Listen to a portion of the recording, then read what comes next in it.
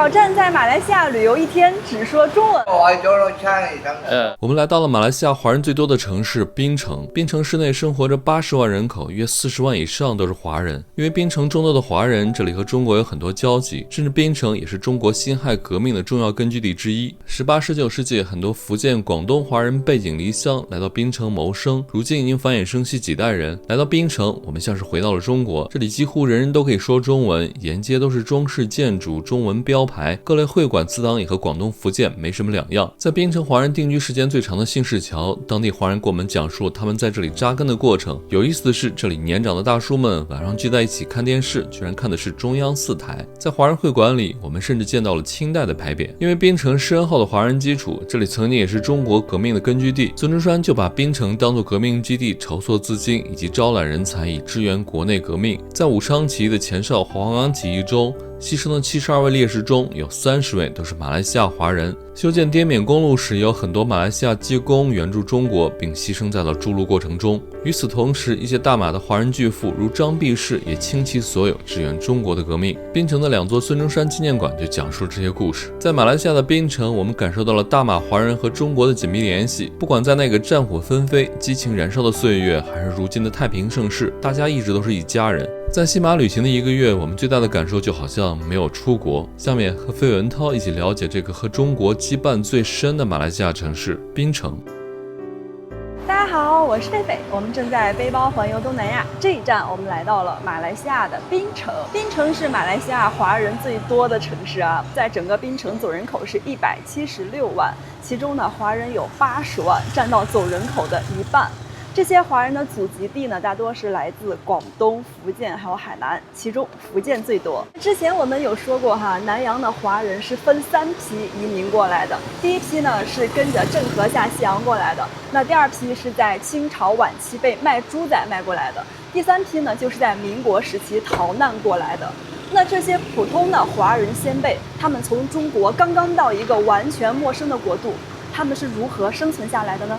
我們現在走路去檳城的信士橋那裡，檳城到處都是這種7樓建築啊，走在裡面可以稍微遮一下太陽和下雨。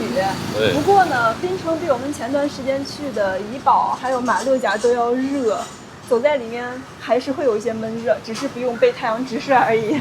感覺檳城這個城市啊，遊客特別的多嘛，所以這邊的整個商業環境特別的好。我們2個前2天走在這兒碰到幾隻大老鼠，記得不？還挺大的哈。碩鼠，浩哥，你看那些樓啊，很有年代感啊。是的，感覺和我們在海口骑楼老街還有北海骑楼老街那裡看到的差不多。對，南洋風格哈。因為檳城整個都是世界文化遺產嘛。對。它整個喬治市啊，就我們在這個島上基本全部都是。我們現在路過了一座會館啊，叫做廣州府會館。其實檳城的會館非常多的，那為什麼我們會單的去拍這個廣州府會館呢？大家注意看啊，在這個廣州府會館的牌子後面，建築的前面還有一塊牌匾，上面寫的是五福書院。這個五福書院可不簡單啊，它是整個馬來西亞最早的一座華文私塾，可以看作是整個馬來西亞華校的先驅了。這個五福書院是在1819年就建立的，距離現在已經200多年了。你好。好。可以參觀啊。可以。五福堂。This one is 230 years old, and the Chinese school here. First Chinese school. Chinese, they speak English.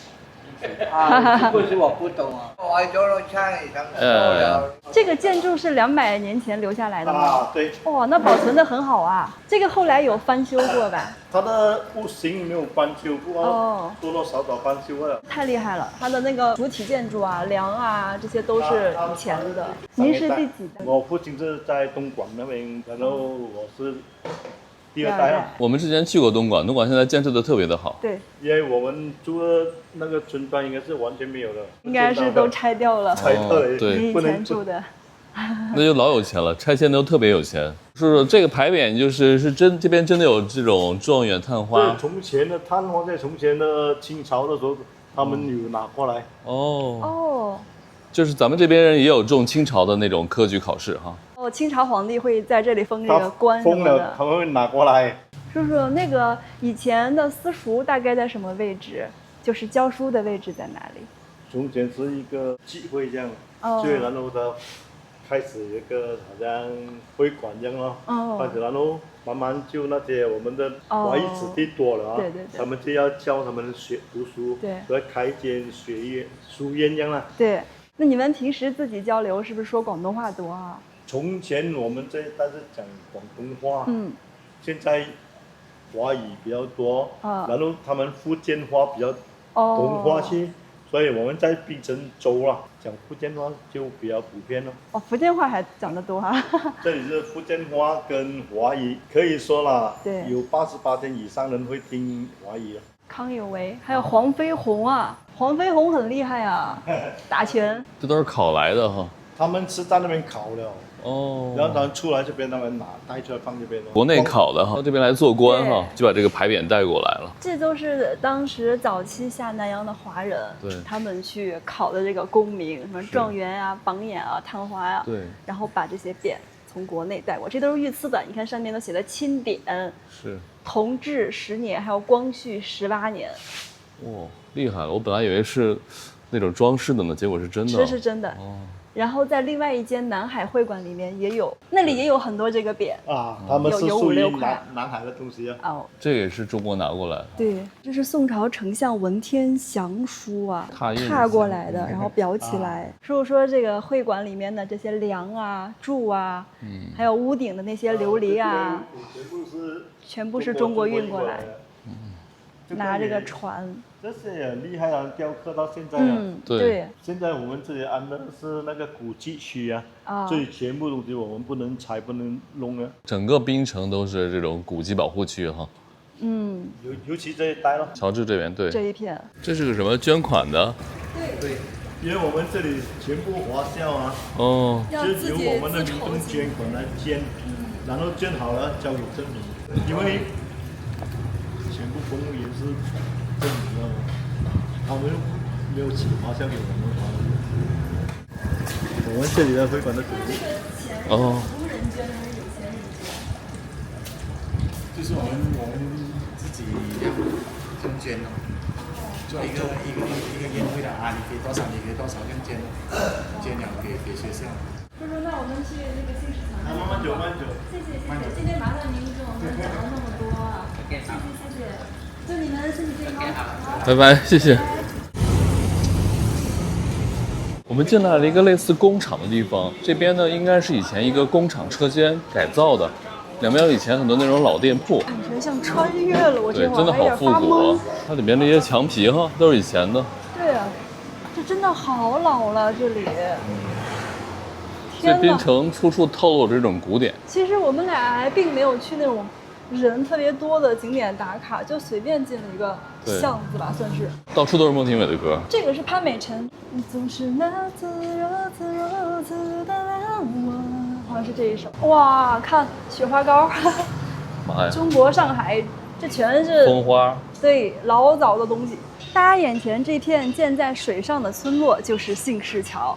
100多年前，來自中國福建同鄉同姓的宗親們，就是在這片海上建起房屋，靠海吃海，在異國他鄉艱難又堅韌地扎根下來。幸市橋這裡是以姓氏來劃分聚居區域的。那現存的6座幸市橋啊，分別是姓周橋、姓李橋、姓陳橋、姓林橋、姓楊橋，還有一座雜姓橋。我們現在所在的這座姓周橋啊，是裡面規模最大的一座了。這裡現在有75戶姓周的居民在此生活，那他們的先輩是靠捕魚和商貿為生的。這裡好像有一個參觀的通告啊，因為裡面現在還有這個原住民嘛，居民在，所以這裡的參觀時間是早9晚9，就不能太晚去打擾別人的作息。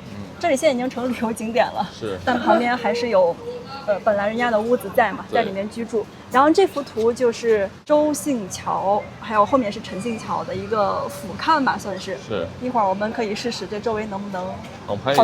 涛哥幫大家航拍一下，看看可能會更清楚一些。這邊有一個簡介圖啊，大家能看到哈，就是入口進來之後呢，有2處木板延伸到海裡面。木棧橋。對，木棧橋。對。然後兩邊呢就是當地人住的房子了。對。這些房子呢，都是在海面上打木樁打下去，上面是那種像水屋那種樣子。所以說我們現在這邊哈，對，到踏上這個木棧道的時候，就已經是海水了，下面。沒錯，這裡已經是岸邊的邊界了，從木板開始，這個下面全都是海水。其實還離木板挺近的，看着還挺害怕的，波光粼粼的。现在，但是刚一进来，这边就是非常浓的商业氛圍啊。这个信州桥是里面规模最大的，但是呢，同时也是最商业化的。对，这里已经成为这种旅游纪念品一条街了，算是。那感觉不光很多华人游客哈，很多西方的，全世界的人都在这儿过。不知道他们能不能看懂，反正我们也看个大概吧。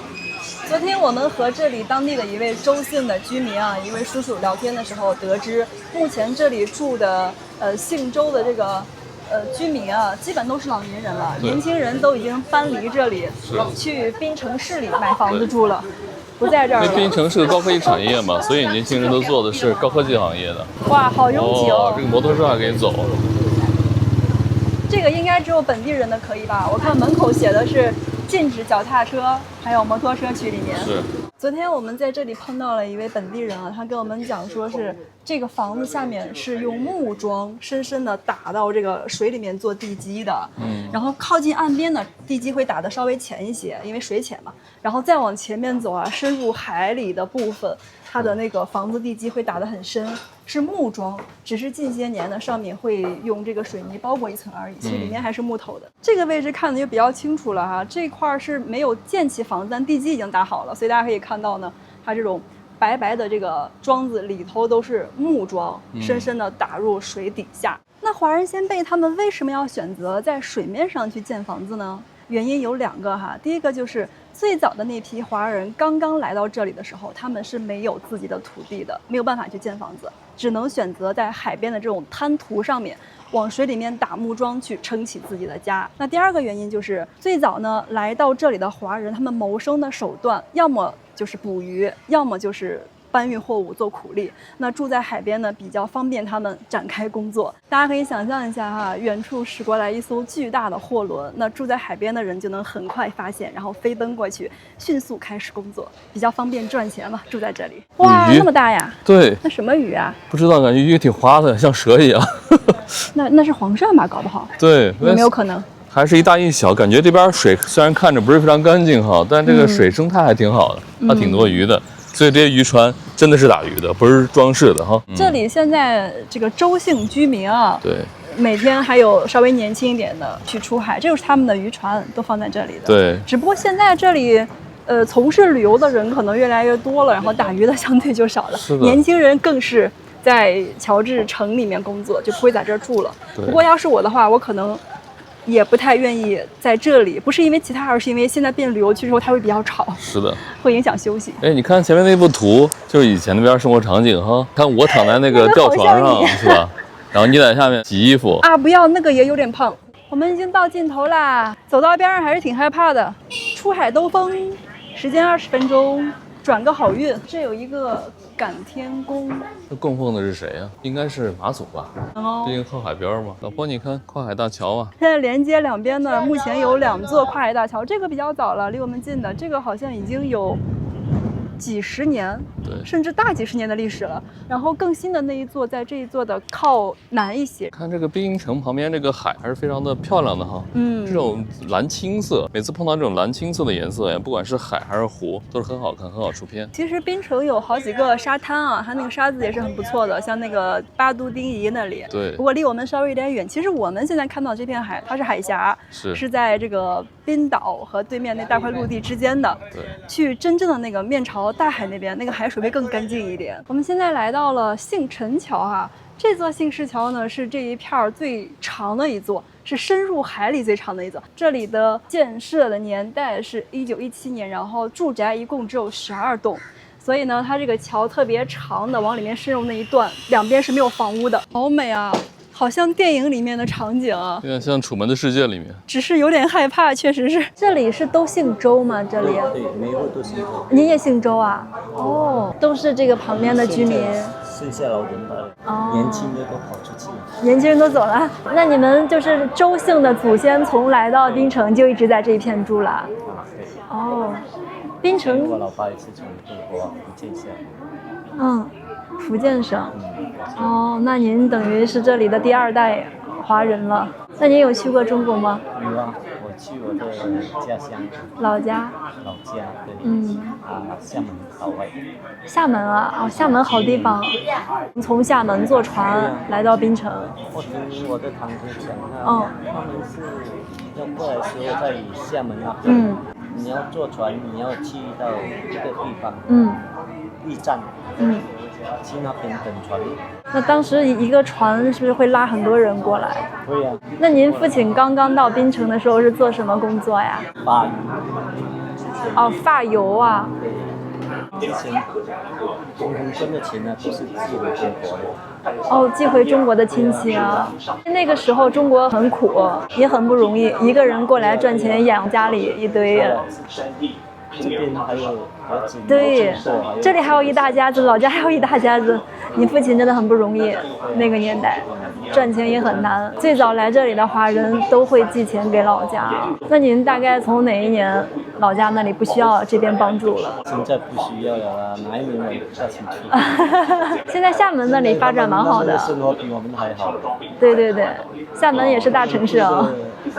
5層樓哦，5層樓啊，自己蓋的那種。哦，對啊，哇，檳城這裡大概有多少華人呀？應該是我們華人比較多，馬來人。整個國家是那個馬來人多，但檳城這裡是華人多一點啊。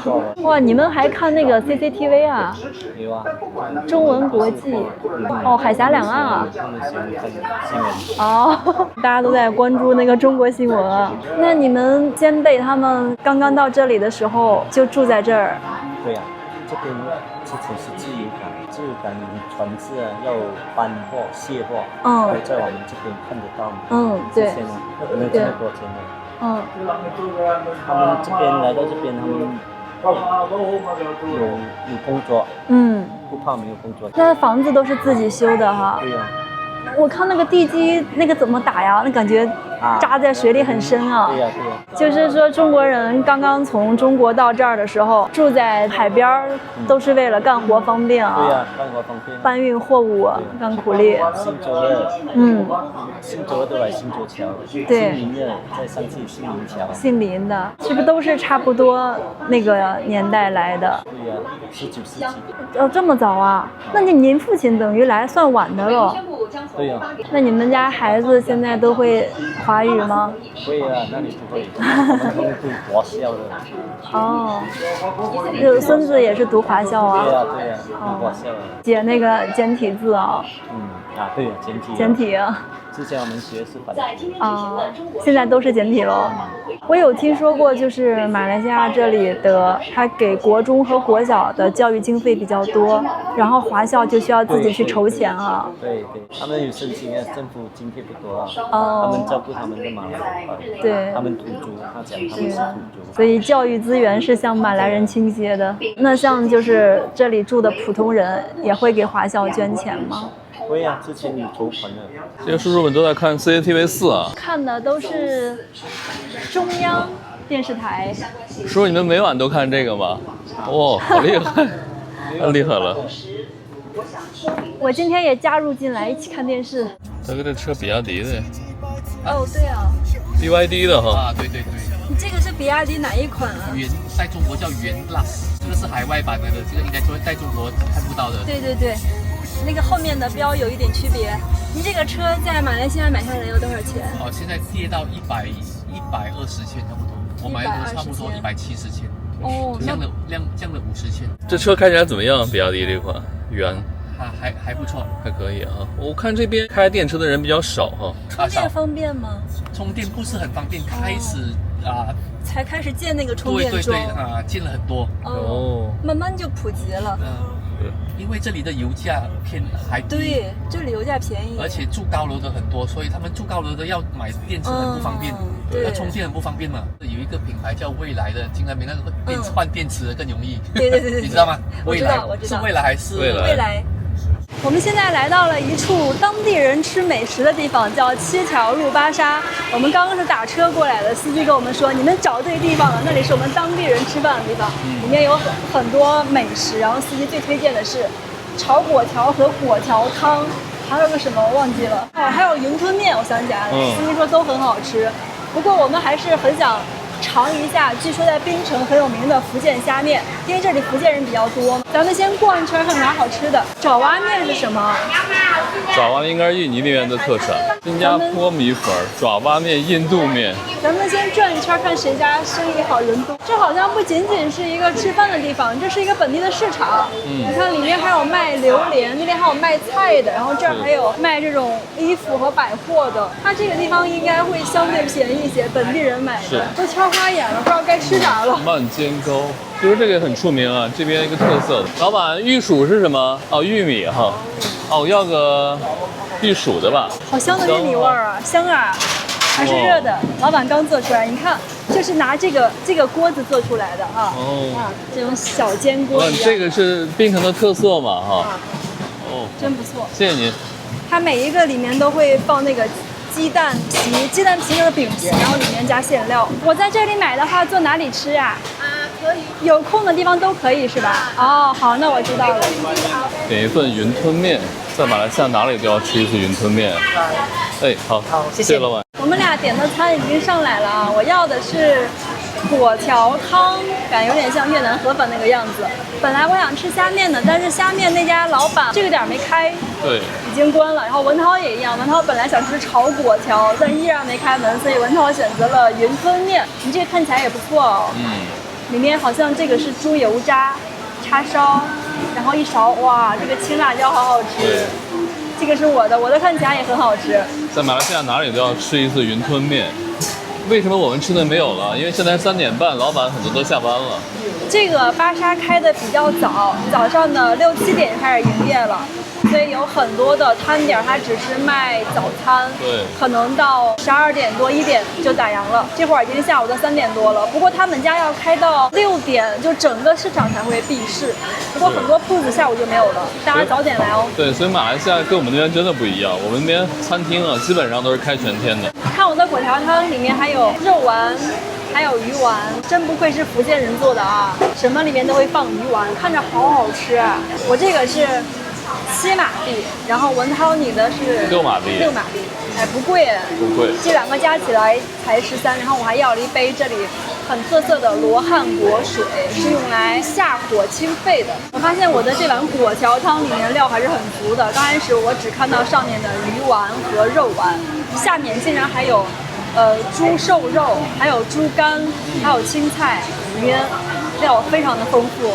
然後我們這會兒吃完飯呢，把文濤剛剛買的這個小餅吧，這個名字叫什麼我給忘記了。慢煎梅，哦，它剛烤出來的皮還是這種脆脆的，對，因為它是雞蛋做的，所以非常的脆，再放都不會變得硬那種。這小吃我們在馬來西亞別的地方沒有見過呢。只在檳城見到，好吃，有點蛋卷的味道。大家看一下，文濤要的是玉米，然後這種玉米粒兒，對，然後還有一些其他的，這個像花生碎那種各種調料。各位吃飽喝足了，我沒吃飽，我要了一個這邊那個豆花，冰豆花，看着賊好吃啊，賊香。哎，這裡有異物，我覺得這邊的冰豆花、熱豆花都很好吃啊。這上面是糖是嗎？對，你攪一下，冰不冰？不是很冰。哦。但味道還可以。這邊的這個豆花沒有好吃的，這邊的豆花就沒有難吃的。但是我覺得比怡保的稍微口感差一點點，可能怡保的水比較好吧。對，但你發現沒有，我們這次來東南亞解鎖了一個新的吃法呀。以前我們根本理解不了為什麼豆花可以吃甜的。我們北方人大部分人都接受不了甜豆花，覺得那是什麼鬼？豆花就要吃鹹的、吃辣的呀。是。但是這個東南亞的冰的這個甜豆花是真不錯。您是華人嗎？啊，本地華僑。本地華僑就是福建人為主哈。對，我是第3代吧。哦。公公以前是從中國那邊過來。當時是民國的時候哈。啊，對，第1代的華人大多數都是從民國過來的。檳城這邊國際遊客特別多哈，哪裡的都有。最常來的應該是印尼人吧？印尼啊。對，因為他們來這邊看病。檳城的收入還挺高是吧？檳城最低收入現在應該是1800塊吧。哦，整個馬來西亞都是1800塊。對，最低收入。那普通人就3、4千哈。我本身是在工廠做，工廠應該1個月差不多5000多塊吧。哦，5000多塊。是那種做電腦配件那種電子工廠嗎？對，電腦配件的。我知道檳城这裡有很多做那个電腦配件的。有啊，我們有一間在深圳啊。然後戴爾呀、英特爾啊都有。我是做這個 Western Digital WD。哦，好厲害！剛來碰到一個帖子。因為我經常也刷到這個，刷到你那個經常去東南亞那邊。對。下次可以看到你了。我們現在來到了檳城的僑生博物館。那當年遠赴南洋的華人，為了更好的在異國他鄉扎根，也會選擇和當地人結婚，組建家庭。那他們生下來的後代，男孩就叫做爸爸，女孩叫做娘惹。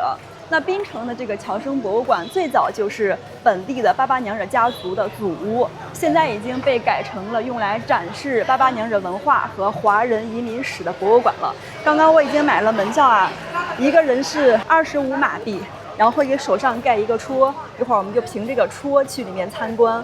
它這個每個整點是有講解的，有時候是中文，有時候是英文。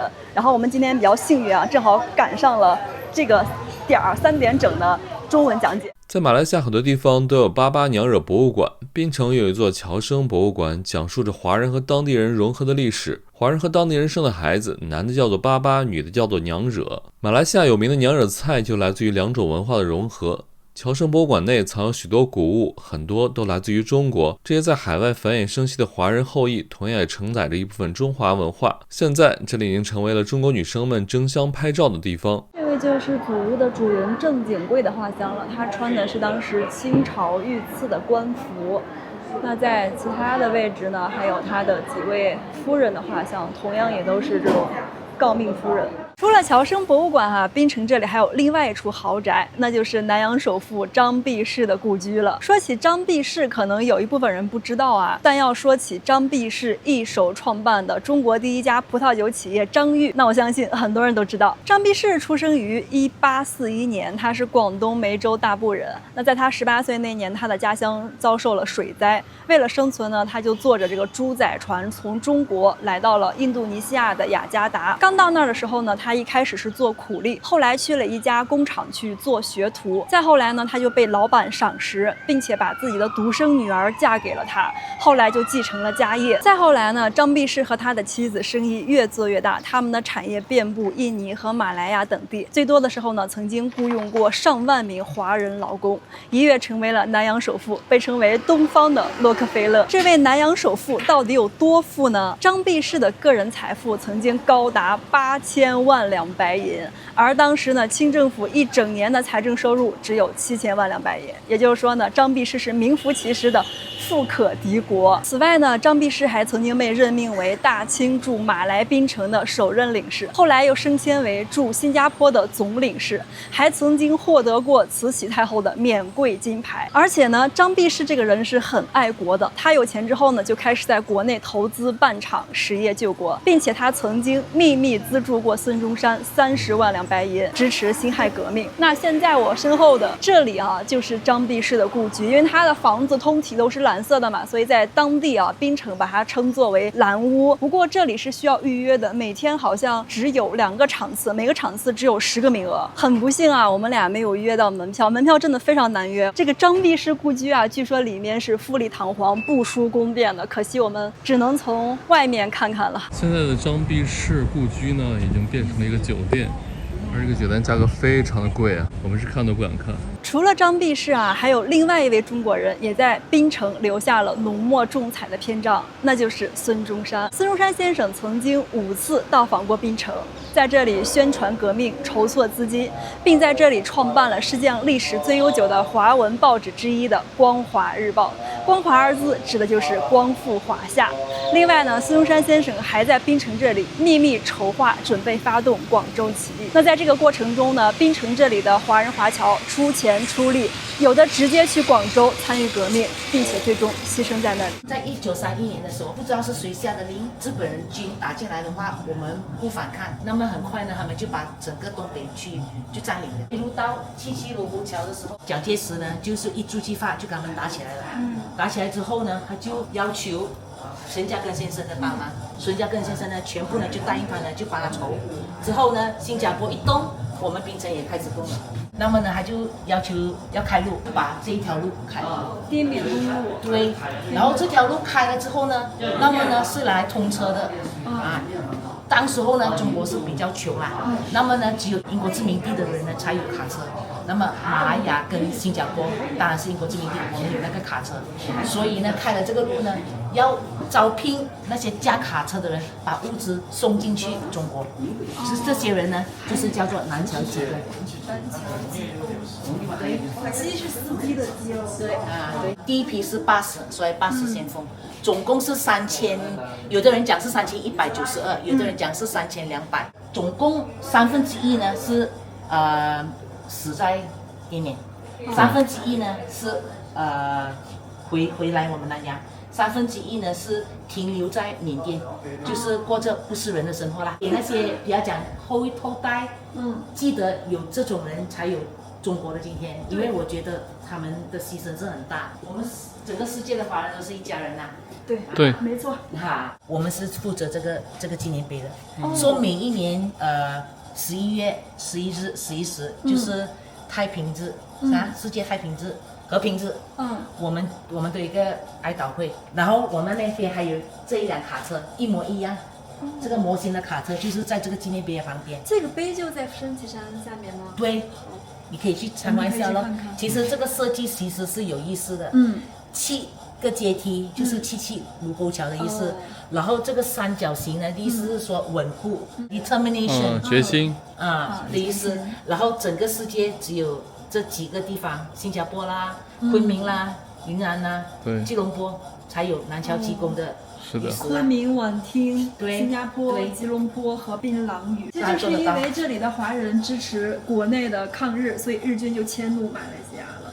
這個展廳裡面介紹了孫中山先生10次起義的經過和整個過程啊，直到第14黃花崗起義才算是一個比較大的勝利。而且黃崗起義呢，很多朋友也知道啊，是武昌起義的前哨。最感人的就是黄花崗起義中的72烈士裡面，將近一半都是南洋華人。对，這個就很感人了。第一次是廣州，然後惠州、潮州，第4次是惠州，第5次欽州，然後第6次鎮南關，第7次也是在欽州那裡，然後第8次是雲南河口起義，第9次廣州新軍起義。這9次起義全部都失敗，一直到第10次黃花崗起義。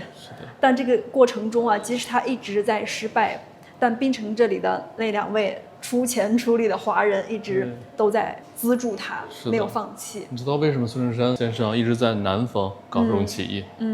因為南方就是跟南洋離得近，他可以籌到錢，然後再在南洋去買武器，運到廣州。從這邊你可以看到整個檳城華僑，包括南洋華僑，對孫中山先生的支持非常大。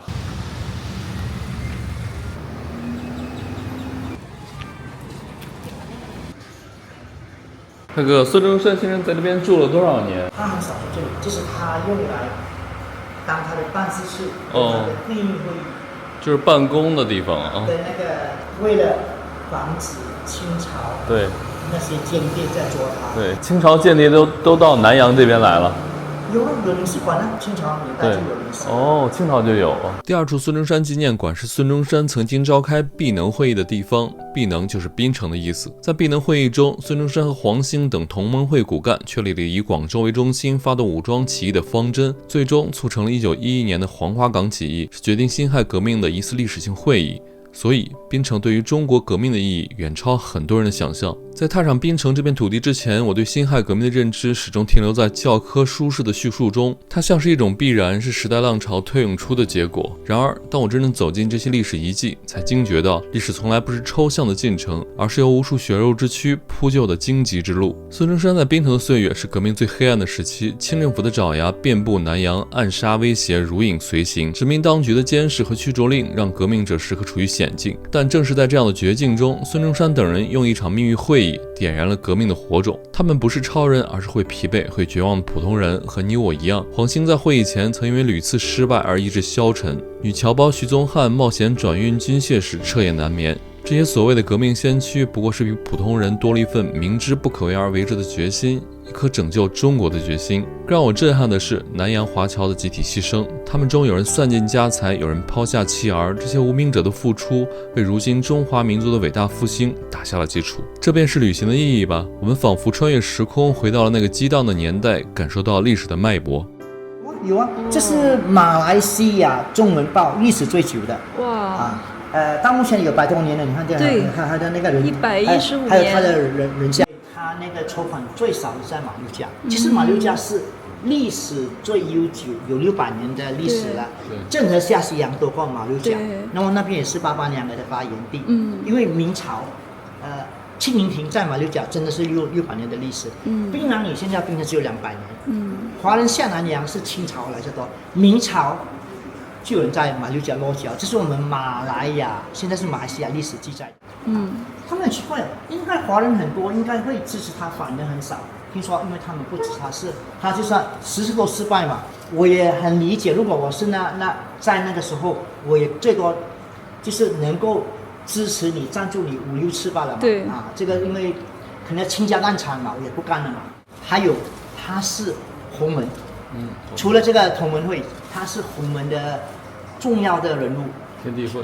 對，天地會，他早年在檀香山時候有入會，他們叫個什麼龍棍，他有那個稱號，所以他們聽到，洪門的那個在南洋要革命了，他們南洋的華僑已經籌款，我們就是加拿大的華僑也有錢出錢，有錢出力，就是籌得很多，你看，海外比南洋還多呢。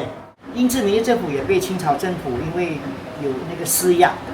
你要把它做回去。現實生活中是你不可能以人力財力，你是不能反抗清朝，清朝太強了。但是他敢有這種理想，其實這個是很難相信能夠成功的。是的，所以1877年的時候，清朝還挺強大啊。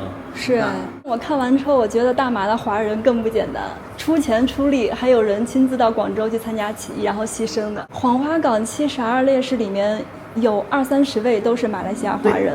剛才早上有人問我2位中國人說，聽說你們這裡馬人優先錢特權。對呀。打個比如，他就說我們中國，比如說現在藏族上大學，藏族呢就加分。對。我們這裡是倒反，馬人加分，這個沒辦法太完完全是反的。馬來人比較佔優勢。特權不一樣啊，中國變得太強太快。就是證明很進步。這20年變好。我們也感到很驕傲啊！我想問一下，當年這個馬來西亞華人出錢出力支持這個孫中山革命，是為了什麼？很多都是為了反清復明，就是清朝政府統治了幾百年，那麼他們在海外，就是我們的爺爺，他們都是移民過來嘛，他可能看到他就有這種理想。我身為華裔，我能夠盡我的力，就是我的一份力、一份量，我就盡量。是不是還是覺得自己祖先來的地方現在過得不好，然後一直被別人欺負，所以現在有人帶頭搞革命，我們要支持。對，也是當年我們這裡是2等公民，英殖民是2等公民。歡迎光臨檳城孫中山基地，這裡就是檳城孫中山基地紀念館。對，謝謝大哥，謝謝，來謝謝。